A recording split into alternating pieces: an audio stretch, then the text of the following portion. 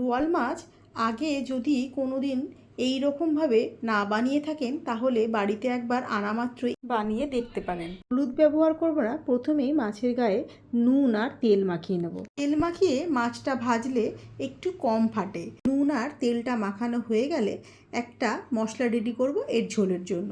এর জন্য এখানে প্রথমেই নিয়ে নিয়েছি একটা বড় সাইজের কুচনো পেঁয়াজ, একটা পোস্ত বাটা, কিশমিশ, 4-5টা কাঁচা লঙ্কা, 4-5টা রসুন আর 5-6টা কাজু বাদাম। এখন গ্যাসে একটা কড়াই বসিয়ে দিয়েছি, তার মধ্যে দিয়ে দেবো কেটে রাখা পেঁয়াজটাকে এই জলের মধ্যে বেশ ভালোভাবে সেদ্ধ হতে দেবো।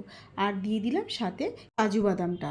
এখন বাটা মশলার জন্য নিয়ে নিচ্ছি গোটা কাঁচা লঙ্কা, রসুন আর কিশমিশ। এদিকে পেঁয়াজ আর কাজু বাদামটাও মোটামুটি সেদ্ধ হয়ে এসেছে, পেঁয়াজের কালারটা ট্রান্সপারেন্ট হয়ে গেছে। নামিয়ে নিয়ে ঠান্ডা করে বেটে নেব। কড়াইতে দিয়ে দিয়েছি বেশ খানিকটা সর্ষের তেল। তেলটা গরম হয়ে গেলে একে একে মাছগুলো দিয়ে ভেজে নেব।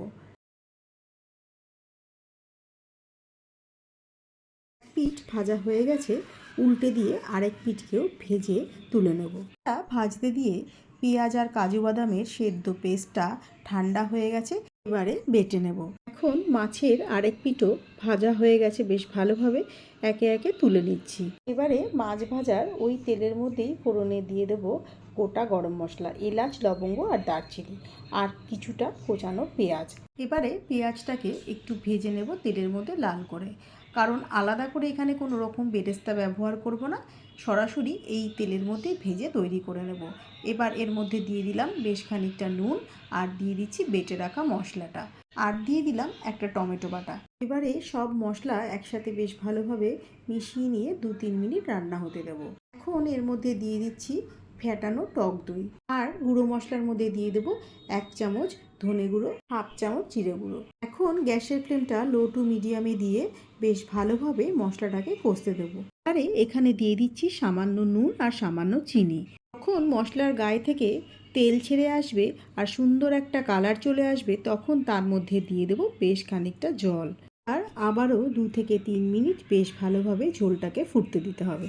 একবার যখন ঝোলটা বেশ ভালোভাবে ফুটে উঠবে, তখন তার মধ্যে দিয়ে দিচ্ছি ভেজে রাখা মাছগুলো দিয়ে আবারও 1 থেকে 2 মিনিট ঝোলের মধ্যে ভালোভাবে ফোটাবো, যাতে মাছের গায়ে সব মশলাগুলো বেশ ভালোভাবে ঢুকে যেতে পারে। এটা হয়ে এসেছে, এবার গ্যাসের ফ্লেমটা বন্ধ করে ওপর থেকে দিয়ে দিচ্ছি বেশ খানিকটা ঘরে পাতা মালাই।